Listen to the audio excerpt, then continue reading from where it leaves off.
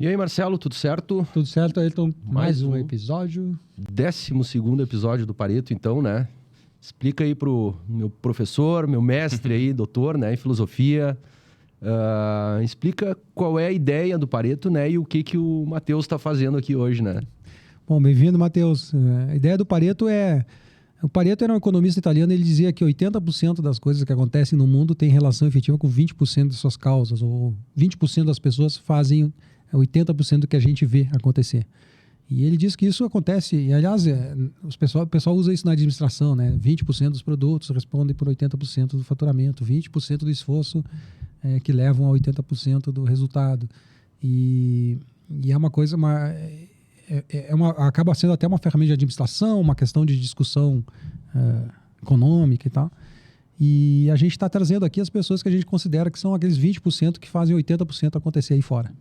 Então, bem-vindo ao Pareto. Antes que tu comece te apresentando, explicando quem tu é, as duas primeiras perguntas, né, que eu disse que ia fazer a primeira é todo filósofo é comunista, e a segunda é Olavo de Carvalho é um filósofo? Uau! Bom, obrigado pelo convite, né? Eu sou da filosofia, então valeu mesmo pelo convite e também por ter esse espaço aqui para conversarmos sobre filosofia, que é de fato algo que eu sou apaixonado e que eu vejo que é super importante também ter um espaço de debate para isso. Bom, filosofia com comunismo, né? Eu sempre penso que a filosofia tem que ser lida no plural e nunca no singular. E, portanto, há filosofias. Filosofia comunista é um tipo de filosofia, assim como a filosofia liberal é outro tipo de filosofia. Então, todo filósofo é comunista? Claro que não. Da mesma forma, a outra pergunta sempre feita é: todo filósofo é ateu? Aí, porque está vinculado aí uma espécie de, sei lá, de materialismo ou mesmo de niilismo, algumas formas de niilismo, também não, né? Porque depende do tipo de perspectiva que tu assume dentro da filosofia. Então, a própria pergunta já tem uma pergunta em si, né, que é filosófica, que é o que é filosofia, né? Então, para definir a filosofia, nós já temos que discutir isso filosoficamente, né? Não é tão simples assim, como biologia, como outra ciência, que é mais fácil de apresentar.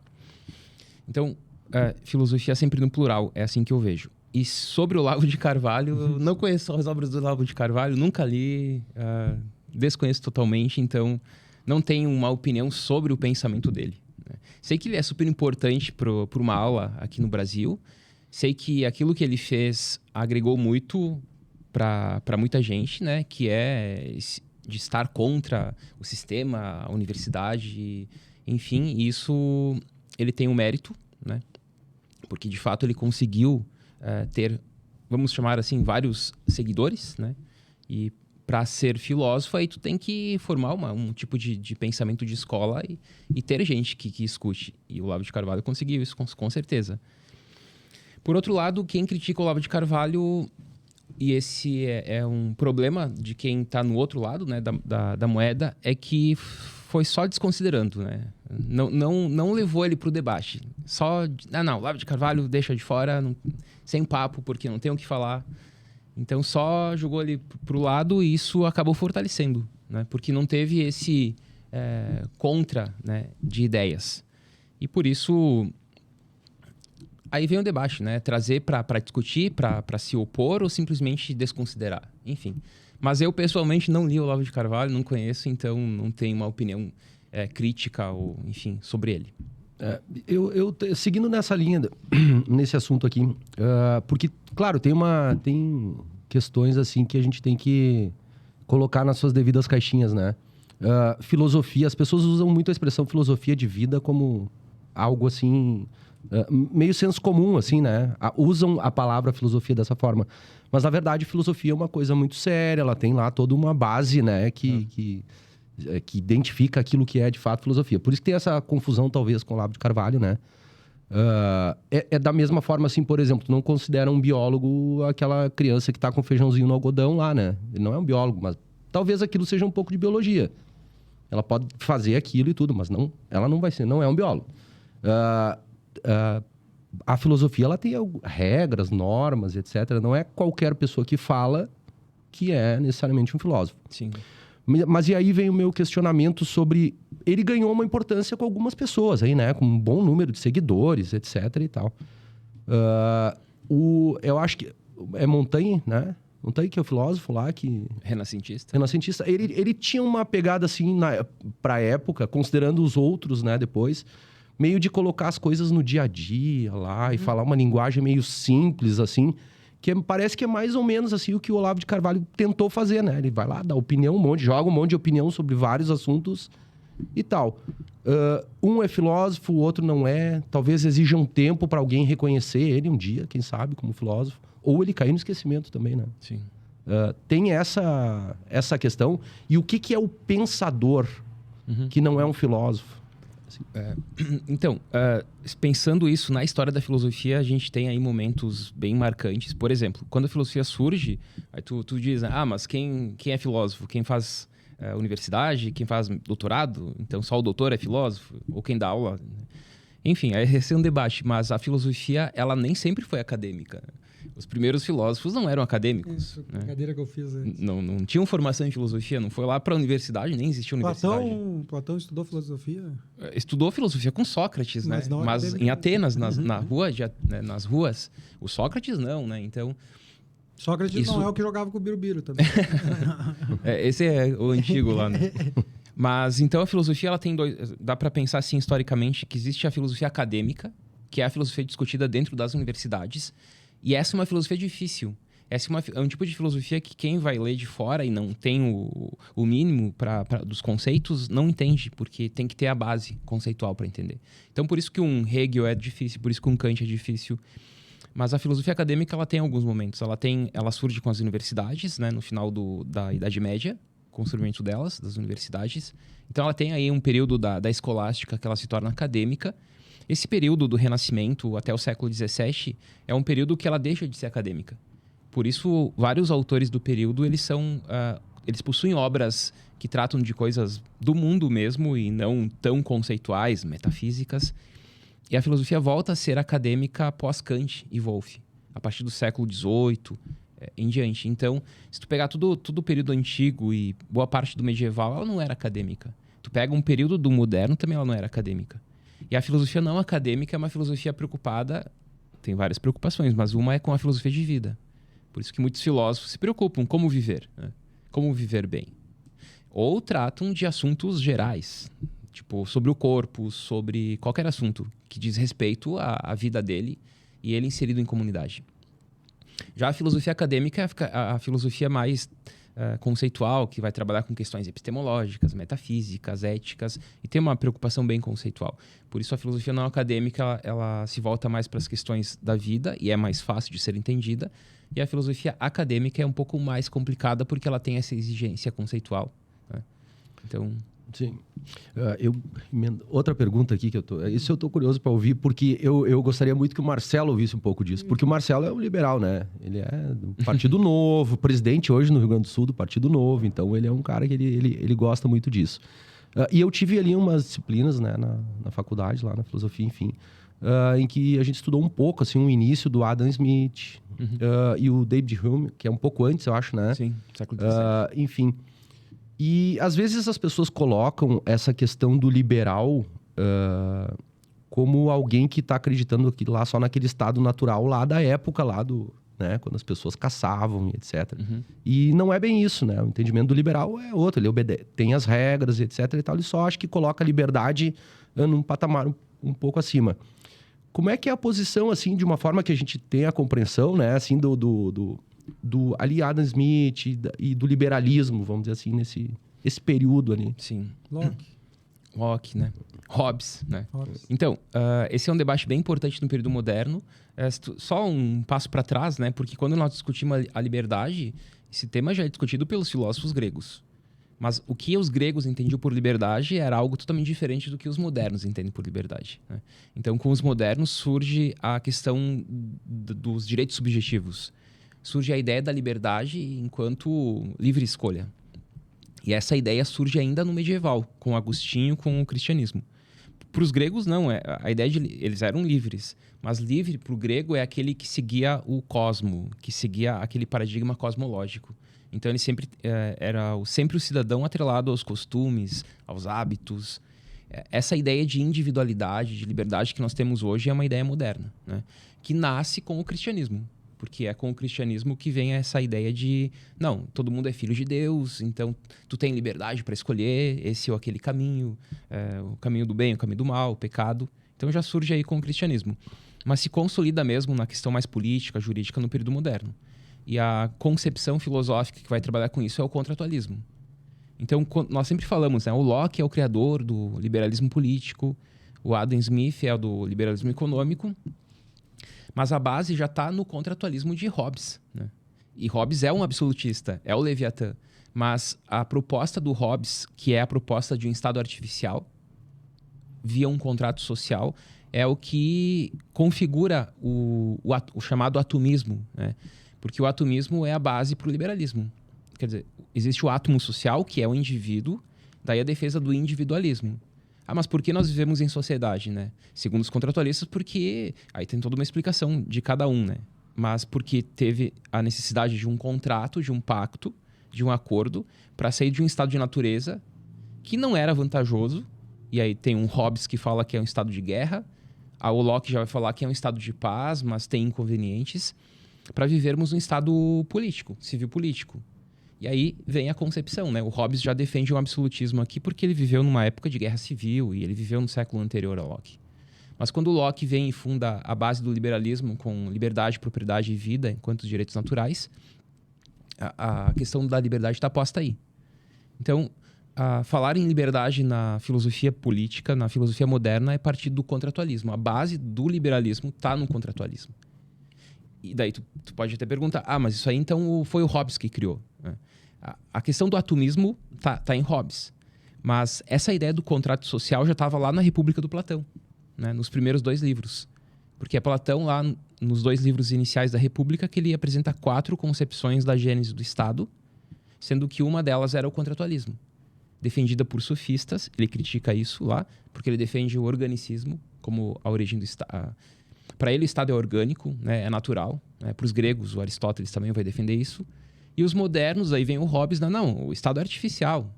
E diante dessa questão do Estado artificial, aí vem toda a base do liberalismo a partir do século XVII. Depois, o século XVIII, né? O Locke antes, né? No século XVII ainda, mas depois o liberalismo econômico no século XVIII, e aí segue, né? Esse liberalismo mais clássico.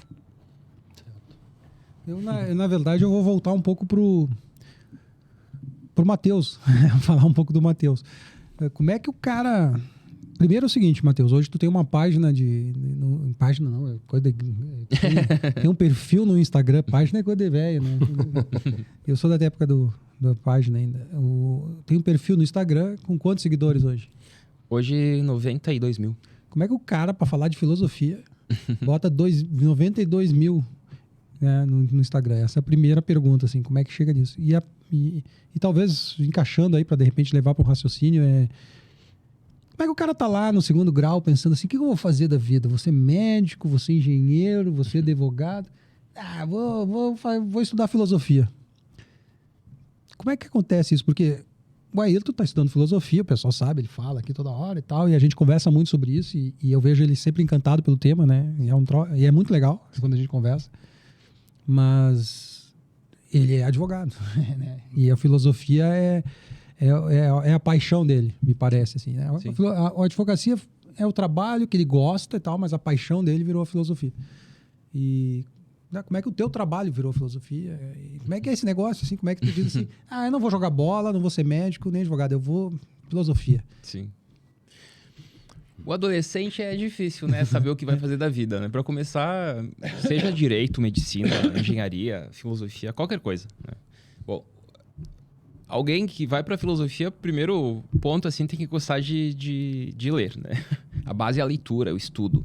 Porque o trabalho do filósofo, né? Do professor de filosofia além da sala de aula, é a pesquisa, é o estudo contínuo. Então, de certa forma, o que me jogou para a filosofia... Claro que teve outras coisas anteriores, questões bem particulares. Por exemplo, eu era seminarista, né? Lá atrás, com 13... Com 11 ainda, eu queria ser padre, né? Daí eu entrei pro seminário, fiquei 6 anos no seminário. E eu acabei decidindo não, né? Entrando na filosofia pelo seminário. Porque se tu me perguntar, se tu não fosse seminarista, tu teria feito filosofia? Provavelmente não, porque eu nem conhecia. Mas pelos estudos que eu tive no seminário, mas interessante, eu comecei a estudar Kierkegaard, comecei a estudar Platão, aí eu comecei a ter interesse. Aí entrei na filosofia e vi, né, eu curto muito isso. E aí casou totalmente com a ideia de gostar de estudar, gostar de ficar horas e horas estudando. Então, a decisão de continuar na filosofia foi basicamente por um estilo de vida, que é, não quero trabalhar em qualquer outro setor, quero passar a vida estudando, quero passar a vida lendo, pesquisando, escrevendo. E o que eu posso fazer? Bom, um caminho é a docência, um caminho é a pesquisa. E aí a rede social veio depois. A rede social surge na pandemia, no início da pandemia. Por questões econômicas mesmo, né? Tipo, o mundo tá mudando, tá tudo instável. E aí eu pensei, vou fazer alguma coisa, né? Vou tentar alguma coisa aqui. Então, a rede social, o YouTube também, comecei a postar mais no YouTube. Eu até tinha um canal, mas eu postava lá de vez em quando um vídeo. Até para os alunos da filosofia mesmo que eu postava. E depois se tornou algo meio que semanal. Então, a tua pergunta é importante porque é comum o pessoal fazer filosofia depois de certa idade, como um segundo curso. Tu tá querendo falar que ele já tá com uma certa idade. Vou acusar ele de etarismo. Mas isso acontece com todos lá, então... Mas os colegas de filosofia são, boa parte, né? Sim. São de segundo curso. Então, é comum porque... eu vou garantir a vida com alguma coisa, depois vou lá e faço aquilo que eu curto por prazer mesmo. Então, é muito comum isso, a filosofia ser buscada posteriormente. E tem uma justificativa, que é uma justificativa, até o Platão fala sobre isso, né? Que o filósofo é aquele que não pode ser filósofo muito jovem, porque tu não tá maduro o suficiente. Então, tem que buscar a filosofia mais na idade madura mesmo, porque aí tu consegue entender de fato as questões filosóficas. Mas eu acho que o pessoal lá novo, com 17 anos, 18, é difícil saber o que vai fazer da vida, né? Tu não pode criar experiência, tu tem que passar pela experiência e tu tem que ir testando e ver o que faz sentido para ti enquanto projeto de vida. Eu, pessoalmente, acabei entrando nesse mundo e continuando por projeto de vida. Por me ver que, né, vivendo disso, né, eu estaria feliz, assim, eu teria alcançado um estado de tranquilidade. Eu sigo muito o professor Clóvis lá, eu gosto muito do Clóvis. Sim. Que o pessoal, é um dos três, não tem os três tenores, é os três, sei lá, como é que chamam hoje na internet aí, dos três pensadores, sei lá, que é o Karnal, o Clóvis e o Cortella. E eu gosto muito do Clóvis, eu gosto do jeito que ele fala, assim, e ele é um professor, né? Ele disse, eu sou ensinador, assim, ele é um ensinador. E ele conta uma história de um aluno que estava preocupado quando ele não estava lá para estudar, ele estava lá para terminar aquilo e ganhar dinheiro, né? Sim. E na verdade a sociedade ela é assim, né? O cara vai trabalhar para saber como é que ele vai para ganhar dinheiro. Sim. E não, ganhar dinheiro é bom, mas não é só isso, né? E tu conseguir achar um lugar em que tu ganha dinheiro fazendo o que tu gosta, tu não tá trabalhando mesmo. Isso é uma realidade. Depois de muitos anos tu descobre isso. Tu acha o caminho de fazer a coisa que tu tá gostando. Tu acorda de manhã, cara, a vida é boa, né? Exato. E me parece que tu seguiu por esse caminho desde o início. Novo ainda. 11 anos seminarista, como assim? Entrei pro seminário, queria ser padre. Desisti depois, mas aí continuei na filosofia. Desisti para continuar na filosofia. É mesmo? Tu morava onde aqui? Como é que é? Como é que o cara... Hoje eu não conheço ninguém que disse, vou ser seminarista. Mas eu até ia falar disso porque, na verdade, assim, quando eu cheguei ali no curso, que eu encontrei... Eu tenho um monte de amigos seminaristas ali no curso. É mesmo? Sim, muitos. Porque há uma questão de igreja. É que como a igreja... Aí tem a questão da teologia, né? Sim. Eles estudam lá uma parte, enfim. Aí eles têm que ter, né, uma formação também. Então eles acabam fazendo 1 ano ou 2 de filosofia. É um curso uns mesmo. Concluem todo, né? Mas os diocesanos. E ao mesmo tempo eles vão com essa carreira, vamos colocar assim, ali dentro do seminário lá. Então, tem colegas hoje que estão em Porto Alegre, eles têm, tu deve saber disso, né? Eles passam por umas outras fases lá dentro também do seminário. Então é bem, bem comum. Eu também fui aprender isso convivendo com eles lá no Mas tu, 11 curso. anos, como é que foi? Chegou um dia e disse, amanhã eu vou pegar minha mala, vou pro seminário ali, vou pedir pro padre para onde é que eu vou. Como é que é esse negócio aí, tio? É aquilo de criança, né? Tu vai tendo referências. E eu tive uma referência de um padre, um missionário que passava lá em casa. Eu sou do interior, sou de Coronel Pilar. Do interior de Coronel Pilar. Onde é Coronel Pilar? Coronel Pilar era Garibaldi na época. Então, o Coronel Pilar é Esse município. interior de Garibaldi e tu era do interior de Coronel Pilar. Para o pessoal entender. Tô no município, tem 2.000 habitantes e eu sou do interior. Né? Exato. E aí tinha algumas referências e tem a família bem católica. Então, tu vai pegando algumas referências e tu vai formando algumas ideias, né? Mesmo criança. Eu pensei, não, eu vou ser padre, né? Eu tinha a opção de continuar trabalhando lá com os meus pais, né? Numa madeireira. Eu acho que eu vou ser padre, né? Aí os padres, o padre da paróquia ficou sabendo, foi lá, convidou, fui conhecer o seminário, gostei da ideia. E já tinha um gosto pelos estudos na época, né? E aí eu fui pro seminário e tinha todo um cenário de estudos. Claro, tem pilares lá, tem a oração, tem estudo. E tinha uma biblioteca imensa, então eu percebi, nossa, então acho que aqui eu consigo encaixar, né? Tanto a minha vocação intelectual, que era aquele gosto pelo estudo, que eu nem sabia direito na época, mas já estava lá surgindo, porque eu gostava muito de ler, de escrever e tal. E também porque eu pensava em ser padre quando entrei. Eu desisti no 5º ano de seminário. Com quantos anos? 20 anos. E aí daí eu decidi pela filosofia, eu decidi, não, algo que como eu te falei, né? Que eu sempre curti, algo que, enquanto projeto de vida, pensava muito naquilo, né? O que eu vou fazer para ser feliz, afinal de contas? Eu não pensava em dinheiro. Nunca pensei assim, tipo, fazer alguma coisa para ganhar dinheiro, ficar rico. Mas o meu sonho na época era ter uma biblioteca em casa. Então, claro, referências que eu tinha na época, de amigos, né? De professores do seminário. E acabei ingressando pela filosofia, daí eu segui o caminho, né? Daí eu fiz mestrado, doutorado. Aí entrei como professor. E até hoje vivo disso. Uma ideia pro corte aqui já, né? Tá aí, ó. O que eu vou fazer para ser feliz? Isso aí. Eu acho que é isso aí, né? Um cara que foca em... Não, como eu vou fazer para ganhar dinheiro? Exato. Então, cara, é ser feliz.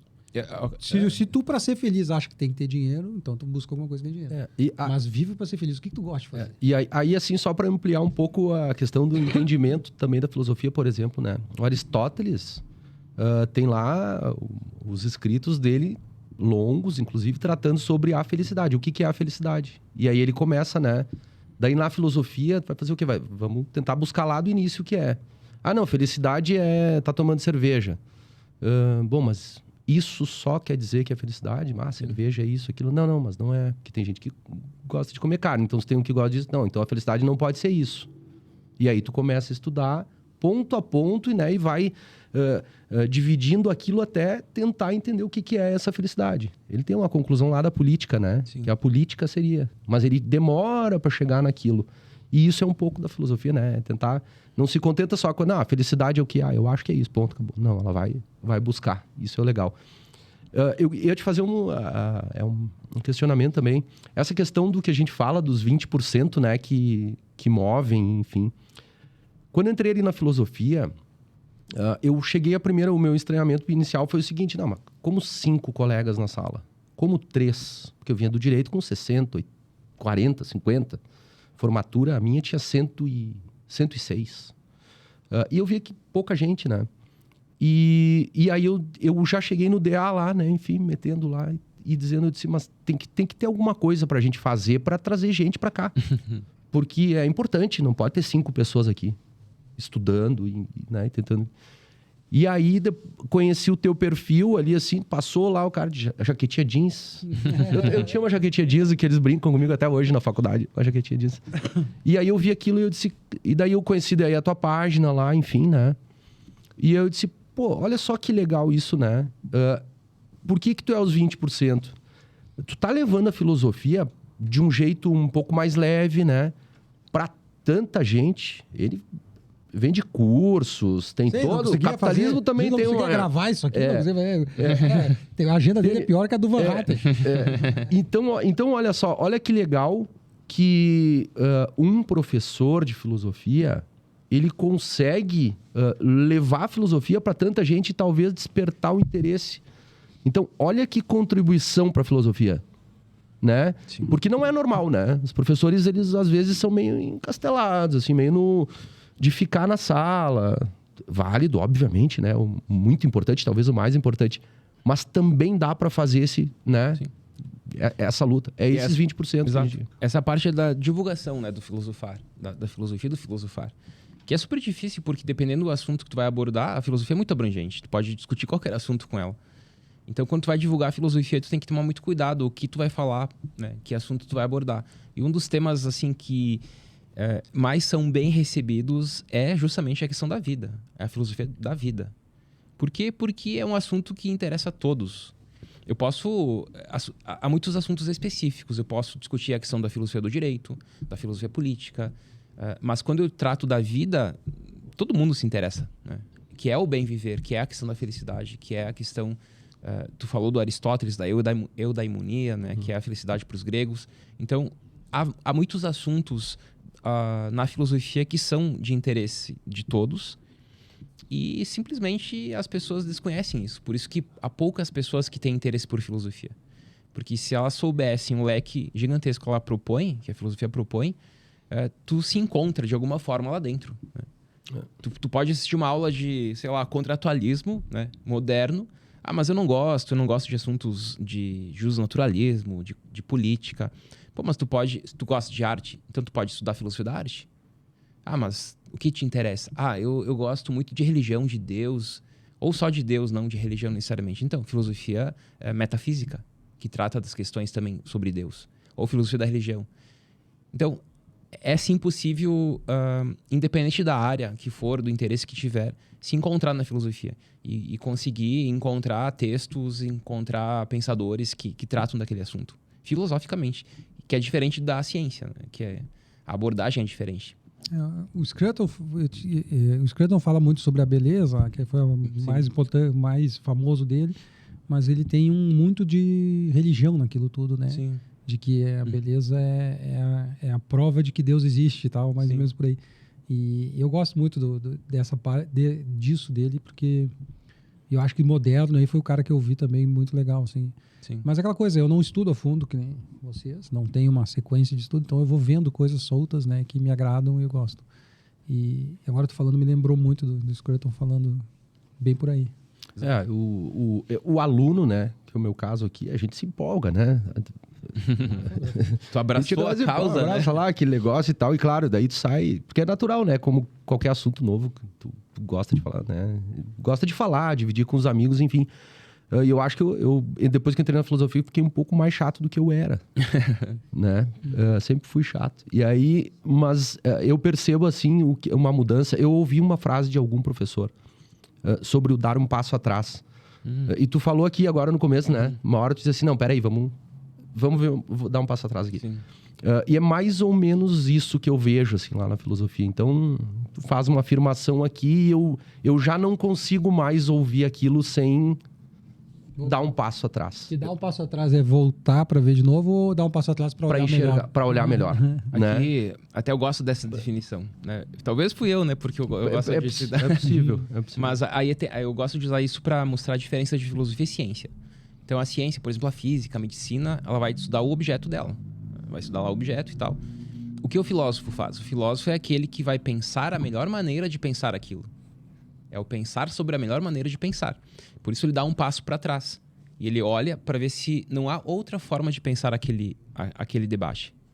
Então o filósofo não é o cientista, né? Mas é aquele que pode ajudar o cientista. É aquele que pode ajudar o religioso. É aquele que pode ajudar qualquer um. Porque é aquele que propõe esse passo para trás para ter uma visão mais abrangente. E tem uma outra questão também, uma das que eu aprendi ali, enfim, que eu acho interessante, que é o fato das ciências, por exemplo, de a gente observar o período que a gente está vivendo aqui, né? Então, lá no início, tudo... Bom, tinha lá os filósofos, veio a filosofia. Daí alguém gostava muito de física, né? Uhum. E estudava física lá, enfim. E a física foi ganhando um negócio e ela desgrudou, né? E foi ter uma vida. E aí um tempo, e tu sabe qual é os tempos... Ele sabe os tempos todos, eu gosto de ouvir. A aula dele é excelente. E aí vai lá um pouquinho, daqui a pouco vem um negócio que vem a medicina, né? Sim. E sai, vem biologia e sai daqui e vai. E a psicologia que a gente fica pensando assim, não, agora há pouco ela vem e sai também de uma parte. E assim vai com as outras, a matemática, e vai saindo, e a filosofia vai ficando. Então por que a filosofia está ficando, né? Porque ela continua estudando essa forma de eles... Mas ainda vão sair muitas outras coisas. A linguagem, por exemplo, né? Sim. É bem recente, né? Eu acho. uma filosofia da linguagem, quer dizer, começa a sair e ter uma vida própria. Então isso eu acho muito, muito legal, né? O meu filho, ele estuda no Carmo, colégio aqui, logo que ele chegou no Carmo, que ele saiu de do outro colégio que existia, que era o Mutirão, acho que era Mutirão, e ele chega do Carmo e o primeiro ano eu perguntei para ele, acho que ele foi para a 6ª série, ou 5ª, e eu pedi qual é a matéria que tu mais gosta, né? Ele vai muito bem em matemática, tal. E ele disse filosofia. Deu choque. Mas por que filosofia? Ele, muito bom, tal. E aí ele começou a ler muito, né? Nessa época. E ele gosta de ler. Agora ele tá mais vagabundo, mas ele gosta de ler. E eu acho que a influência do professor foi muito forte. Não, com certeza. O professor achou um ponto, um tom que fisgou ele, entendeu? Sim. E que fisgou vários da turma. E eu nunca tinha visto uma turma inteira. E aí eu fui conversar com os amigos, assim. Vários adoravam filosofia. E aí eu me lembrei, quando eu fiz Direito, eu saí da escola, saí da faculdade e fui fazer a escola do Ministério Público. E aí uma das matérias propedêuticas lá, fui fazer a filosofia. Daí eu disse, vou fazer filosofia, né? Vou ter que fazer essa... E foi a que eu mais gostei também na escola do Ministério Público. Minha professora era muito boa. Eu me lembro que ela disse, não vou vir aqui fazer vocês decorar, ler nada, eu vou fazer o seguinte. Ela era um formuláriozinho que tu tinha que falar sobre 3 temas que ela achava polêmicos. E era pena de morte... eutanásia e aborto. E aí tu tinha que te posicionar sobre qual era a tua posição. E aí depois ela dividiu em grupos, ela sorteou, e aí tu tinha que fazer um júri sobre aquele tema, discutindo com ele, mas tu não tinha que defender o teu ponto de vista. Tu tinha que defender o ponto de vista contrário ao teu. Então eu era tipo, sou contra o aborto, eu tenho que defender o aborto. E ele que era a favor do aborto tinha que ser contra o aborto. E tinha que ser um debate, e o debate era votado pelos alunos e tal. Cara, foi um troço, assim, eu me lembro que a gente ia pra aula, tu ia sangue no olho, assim, tem ganhado do cara hoje. E era muito bom, cara. Os debates eram sensacionais, assim, e eu saí e disse, cara, hoje eu fui pra um lugar, eu aprendi, tu sai com uma sensação, assim, leve, e eu acho que a filosofia, ela tinha que estar mais presente na escola, cara. Então, eu vou puxar as duas falas, né? Porque tu diz que vai se separando, né? E é justamente isso, porque quando surge a ideia do logos grego, que é pensar racionalmente, né? Que se opõe ao mito. E aí tem toda uma leitura, se opõe, se dá uma continuidade, há várias leituras do mito pro logos, como acontece isso. Mas quando surge essa forma de pensar filosoficamente, que é o logos grego, e perdura por séculos, e a partir do período moderno, né, da Revolução Científica, começam a surgir as ciências particulares. Essas ciências particulares, a física, a química, depois lá na frente a psicologia e todas as outras, elas se separam da filosofia, mas elas mantêm a essência que é filosófica, que é pensar racionalmente via argumentos sobre os assuntos. O que difere é a abordagem. Então, o que difere a psicologia da filosofia, a medicina da filosofia? É a abordagem, né? A abordagem científica ou a abordagem filosófica. E aí, tu diz por que a filosofia não está mais presente nas escolas, porque ela não se torna mais agradável nesse sentido. Bom, primeiro é a forma como ela é trabalhada, né? E isso não só para filosofia, mas para qualquer outra matéria, dependendo a forma como ela é apresentada para alguém que não conhece, ou tu se aproxima ou tu se afasta. E eu diria que não só a filosofia, mas qualquer matéria. Eu posso, sei lá, não gostar de matemática, mas talvez porque eu não entendi o valor do conhecimento matemático. E a filosofia também. Então, toda forma de conhecimento... E aqui nós separamos em caixinhas, né? A filosofia, a física, o direito. Mas se nós pensarmos, não de forma separada, mas de forma, sei lá, um grande quebra-cabeça, né? E o quebra-cabeça é o conhecimento. E cada peça é uma abordagem, um tipo de debate, mas não separado, né? Como a gente vai isolando os saberes. Mas pensar tudo num conjunto, qualquer assunto fascina. Seja matemática pura, filosofia, seja direito aplicado ou medicina, qualquer assunto fascina. Então, é a forma como nós acessamos esse conhecimento. E, claro, como nós acessamos na sala de aula é por meio de professores. Então, o papel do professor é muito importante para conseguir transmitir esse conhecimento de uma forma com que o aluno não se afaste, mas se aproxime. Então, talvez o papel central do professor é mostrar esse contato. Não tanto hoje, né, com a internet, com tudo que existe, só passar conteúdo. Porque isso o aluno consegue hoje. Mas é mostrar o porquê é importante o aluno buscar esse tipo de conteúdo. Então, mostrar a importância daquele saber. Isso aconteceu contigo, né? Isso acontece com teu filho, quando ele gosta de filosofia. E a filosofia diz respeito a todos. Filosofar é pensar filosoficamente sobre qualquer assunto. Então, não tem o porquê não gostar de filosofia. Por que muitas pessoas não gostam? Ah, não, porque é um assunto chato e não entendi nada. Esse assunto estão viajando. Mas por quê? Porque talvez tu entrou já num assunto muito espinhoso lá da metafísica, sei lá, do Aristóteles, do Hegel, e óbvio que vai ser difícil. Assim como se eu entrar de cara numa física teórica muito rebuscada, eu não vou entender. Eu vou pensar, não, mas isso aí é chato, não quero saber. Então é mostrar, né, o porquê aquilo é de fato importante e ter esse contato inicial que te aproxima e não te afasta. Então esse é o grande papel. E como é hoje? Hoje, eu não sei, por exemplo, eu estou falando de uma escola particular, né? Uhum. Que tinha lá, eu nem sei se ele ainda continua tendo filosofia, já agora no ensino médio. Mas como é isso no setor público? Tem filosofia na grade curricular? Eu não sei como é que é. Agora. Tem uma discussão agora, inclusive vai ser objeto da próxima semana acadêmica, enfim, uma das discussões lá vai ser essa. Olha só como está presente a filosofia, por exemplo, né? Tem toda uma discussão sobre a questão do ensino médio, né? O que se percebe, assim, é uma diminuição desse espaço da filosofia nisso. Inclusive, o último concurso público aqui no Rio Grande do Sul, por exemplo, não teve previsão de vaga para professor de filosofia. O que acontece? Bom, é isso que a gente quer. O que o mundo moderno está dizendo? O mundo moderno quer um empregado para uma empresa, ou ele quer né? Pode ser, não sei, tá. É o que a gente olha por aí. Então, talvez seja uma exigência de mercado e etc. Mas será que a gente também não tem uma exigência de que tenham pessoas que estejam fazendo o que a gente está fazendo aqui hoje, por exemplo? Né? Aprendendo. Tu sai um pouquinho com um raciocínio um pouco diferente sobre o que é filosofia. Sim. Daqui a pouco, outro dia, tu te interessa um pouco mais. Então, tem toda essa discussão, né? Ela é uma discussão que ela está aqui hoje. Lembrando que é pensar, né? Lembrando que o Sócrates morreu justamente por resolver pensar um pouco, né? Uhum. E expor. Então, sim, que mundo a gente, né? O pai da filosofia, né? Considerado, ele morreu porque foi teimoso, né? Ele ficou firme na ideia dele. E aí vem todo o debate, até mesmo lá com Sócrates ou em qualquer outra época, né? Até que ponto a gente tem que abrir mão das nossas ideias.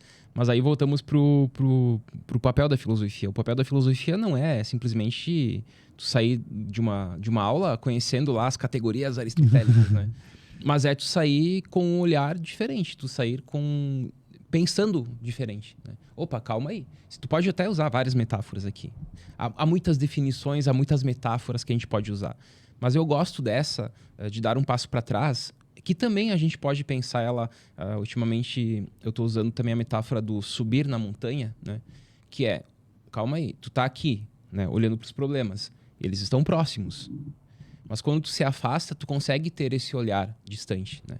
Então, quando tu sobe na montanha, tu consegue ver as coisas distante. E isso te dá uma perspectiva diferente.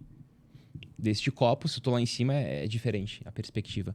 E a filosofia tem esse papel, essa importância. Porque há muitos saberes aí que discutem muitos assuntos. Então, a filosofia está morta, ela não tem mais espaço? Não, ela continua tendo espaço. Mesmo as ciências ocupando os seus lugares, porque se tu voltar lá antes, né, da Revolução Científica, era a filosofia. E tinha matemática lá, que estava lá com os gregos. O resto era tudo filosofia. Aí há o surgimento das ciências particulares. Aí tu pensa, então a filosofia perdeu espaço. Então ela não tem mais importância. Não, ela continua sendo importante. E o papel dela hoje, um dos papéis, é justamente ter essa interdisciplinaridade entre os saberes. Propor essa interdisciplinaridade. Agora eu vou pedir para te mostrar, assim, rapidamente, porque eu lembrei agora, assim, da filosofia, né? Uhum. Para esclarecer, por exemplo... Tu já ouviu aquela frase do Nietzsche lá, né? Que Deus está morto? Sim. Isso corre a internet, todo mundo vê Deus está morto e tal, e ele tem uma antipatia lá de algumas pessoas e olham por isso. O que ele quis dizer? Sim. Das famosas frases que marcam, né? O Deus está morto do Nietzsche nada mais é do que a morte da metafísica, né? Não é... Quando ele está falando do Deus... O que é metafísica? Então... O cara que está assistindo nós vai pensar assim... Calma aí, né? Mas... Filosofia é chata. Porque usou o termo, né? Mas olha só, é bem simples.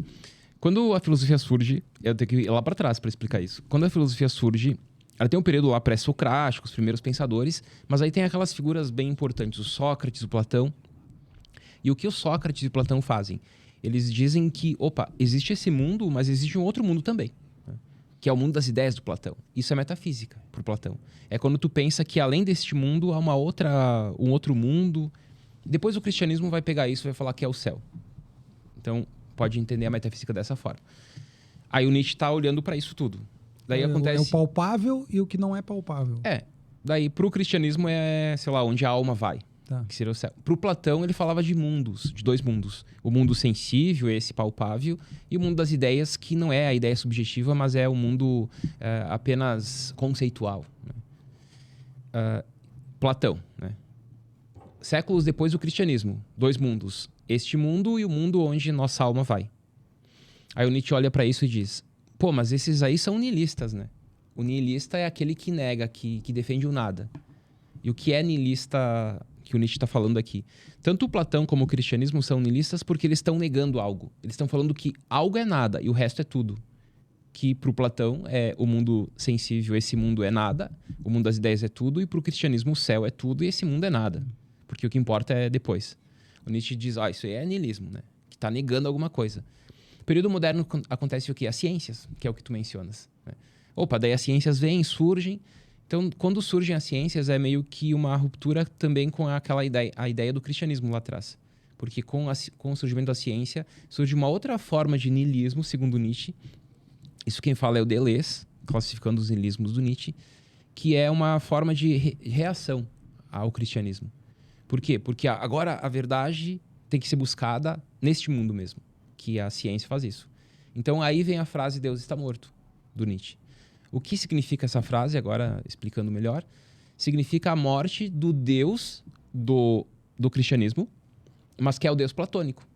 Porque para Platão existe uma ideia que é o sumo bem, né? Que é perfeita, que é a base de tudo e que todo mundo busca ela. Aí no cristianismo isso se torna o céu, né? A ideia cristã. E o Nietzsche vem e diz, não, esse tipo de Deus que fala de um transcendente, que fala de um além, isso não existe mais. Então, quando o Nietzsche está falando que Deus está morto, ele está falando que tudo aquilo que falaram até agora de um outro mundo é uma mentira. É um mal entendido. Então, não é Deus o Deus do cristianismo, enfim, mas é a ideia que ele está atacando. De que tem outra... Porque para ele existe uma única realidade, que é essa.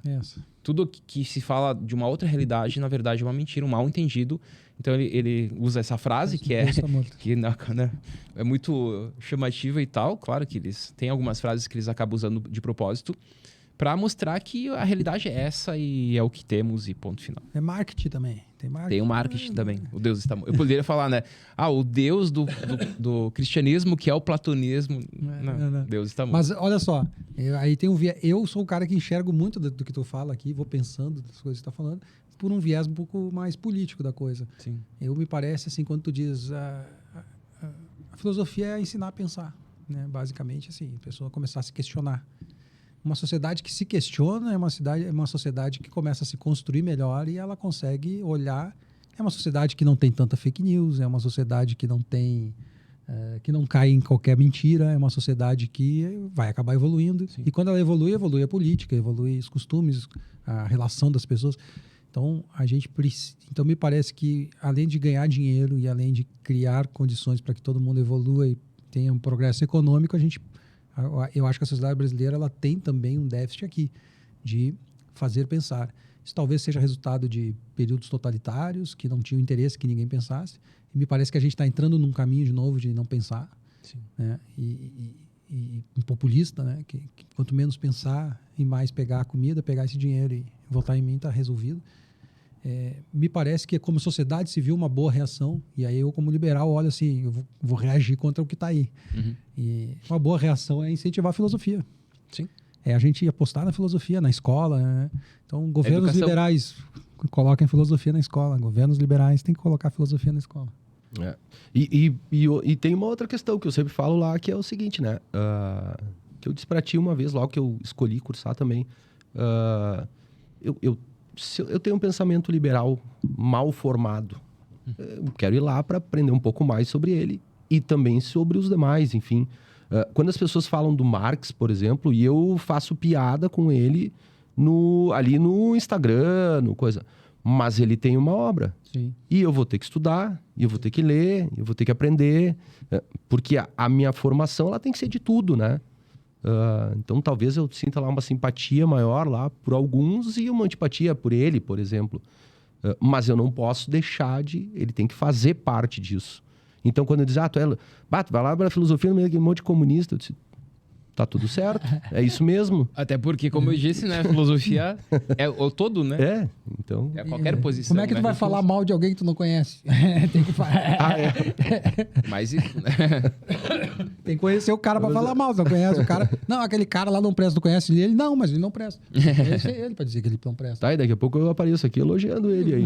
Mas aí dá mais razão pra quem gosta do cara, né? Mas eu acho que é por aí. Tu tem que conhecer. É a questão do... Não é esconder ou evitar, né? É a questão... E, aliás, eu acho que é o tema atual. Eu acho que é a sociedade que discute muito. É a questão dessa liberdade de expressão. E esse projeto que vem de censura, de alguém limitar ou não limitar. Quando fala a favor é bom, quando fala contra eu não gosto, e aí eu limito. E a gente precisa discutir isso. Quando a gente limita a discussão, a gente não... Limita a filosofia. Limita a filosofia. Limitaram Sócrates.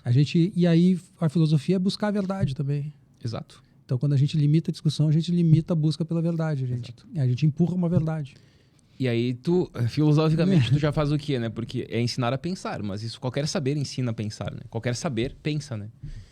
Mas daí tu pensa pela filosofia, filosoficamente, o que é? É cavando, é ir aos fundamentos. Então, quando tu fala, ensinar a pensar buscando a verdade, o que o filósofo faz? Mas o que é a verdade?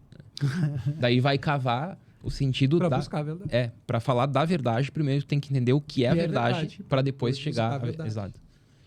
O próprio pensar, né? Sim. Vou ensinar a pensar, mas o que é o pensar? O que é o conhecimento? Daí faz filosofia. Ou seja, quanto mais livre, mais aberto, melhor. Exato. É isso. Mais espaço. Eu tenho defendido isso bastante lá dentro do curso. Tenho defendido mais muito espaço isso. De debate. E questionado, colocado um contraponto e tudo, porque eu acho que é importante. Eu pedi na semana acadêmica eu disse, com o nosso coordenador lá, enfim, né? E eu disse assim, e no DA, e eu disse assim, porque, que concorda com o que a gente pensa que tá tudo certo. Por que a gente não traz alguém que discorda? Mas alguém com base, né? Com argumentos. Por quê? Porque a gente tem que ouvir todo mundo. Porque se for para trazer alguém... Esse é o ponto central. E aí, qual é? Contraposição de argumentos. Contraposição de argumentos. Porque tu pode ter um argumento que é forte, bom, mas se tiver só um lado, não há diálogo. A própria dialética é isso. É essa contraposição de argumentos. Então, o choque de ideias é central para a filosofia. Sem choque de ideias, a filosofia tá... Aí sim, eu defendo que ela tá morta. Né? Que daí não tem mais espaço, porque só existe um tipo de filosofia. A filosofia, né? Em regimes totalitários, a filosofia não desaparece. Primeira disciplina cortada em qualquer regime totalitário. Que é justamente a que propõe. Tira a filosofia e põe moral e cívica lá. Por exemplo. É bacana. Bom, mas nós vamos chegando aqui, né, pro tempo final, passou rápido. E, assim, a filosofia, ela tem isso, né? Uma hora não é nada, né? Uma hora é nada. E muita coisa que eu escutei aqui do Matheus, agora eu já escutei lá no curso. E eu acho, e isso que tu vai associando as coisas, e agora esses temas, eles são mais familiares, e isso é o legal da filosofia. E aí, tu vai mudando, e ele falou aqui, daí já muda de novo, e isso é o legal da filosofia, né? Vai se transformando junto. Vai se transformando junto. Então, aquela leitura que tu faz, às vezes, na primeira vez, tu diz, meu Deus, eu nunca vou entender isso. Na segunda... É um processo, né? Terceira, e aquilo, e vai abrindo, e vai arejando, e é tão legal, né? E aí vai fazendo, vai lendo, vai indo, vai. Aí quando começa a conversar com os amigos, ninguém mais entende o que tu tá falando. Aí começa a piada do cara que não faz TCC, ele faz THC no final do curso. Isso ficou fácil de resolver. Porque quando eu tô lá e tá ficando chato, eles falam alguma coisa e eu percebo, né? Daí eu faço uma pergunta e deixo ela e acaba. Puxa de volta. Puxa de volta. Mas, assim, enfim, a gente tá encerrando, deu nosso tempo aí. E é que eu sou fã do Matheus, da filosofia, né? E do professor Matheus ali também, ele sabe disso lá. Eu gosto muito, muito das aulas dele. E os alunos, eu vou mencionam ele sempre como um grande professor, gostam muito das aulas dele, muito bom. Fala uma linguagem que... Já pensou em te candidatar? Viu? Viu? Não, Viu? O Matheus fala uma linguagem que nós jovens gostamos, viu? Então faz tu encerramento aí hoje com... Eu já fiz a primeira pergunta, já pensou em te candidatar? Não, daí disse que não. Não. Deixa, na verdade, Matheus, eu acho que realmente foi um dos episódios que passou voando mesmo. Tinha um monte de coisa para falar aqui. Sim. Acho que a gente conversou legal, assim, porque daí fica um tema mais solto, a gente começa a conversar, é muito legal, eu gosto muito de... E vamos falar um pouco sobre coisa que é importante agora no final, né? Tu te despedir e tal, e fala o teu perfil do Instagram, onde é que o cara procura, vamos ganhar um din-din lá, vender curso. Eu não quero ser colega do Ayrton na faculdade. Eu não quero lá estudar pro DA, não quero voltar a ter que ir pra UX, pra FSG, onde for. Eu quero começar a estudar um pouco disso, né? Quero começar a entender e alguém me diga para onde eu começo. Pô, e aí, qual é o teu perfil? Aqui, ó. Aquela câmera lá. Aquela câmera. Aqui, então, há duas opções, né? A primeira opção, que é a faculdade, que é a UX, né? Onde eu dou aula. E lá tem graduação, tem mestrado, tem doutorado. Na graduação tem licenciatura, tem bacharelado. Então, essa é uma opção universitária, né? Que, com certeza, vale muito a pena. E a segunda opção que eu ofereço, que são os meus cursos, é só me acompanhar no perfil no Instagram, Matheus Salvadori, e também no YouTube, com o meu nome, Matheus Salvadori. E hoje eu tenho 4 cursos. Eu tenho um curso da História da Filosofia, chamado Filosofia 360 Graus. Eu tenho um curso de produção de textos filosóficos, que é mais acadêmico. Um terceiro curso, que é um clube de leitura filosófica, onde eu pego obras filosóficas e comento parágrafo a parágrafo com os alunos que me acompanham. E agora eu lancei um 4º curso chamado Filosofia do Direito, que também é mais voltado para essa área específica da questão filosófica sobre o direito. Então, esses são os meus cursos hoje. E só me acompanhar nas redes sociais, Instagram e YouTube, que vocês ficam sabendo de todas as novidades. É isso aí, pessoal. Muito bom episódio. Obrigado, Matheus. Obrigado pelo convite. Obrigado por ter vindo aí. Muito bom. Obrigado. Até a próxima.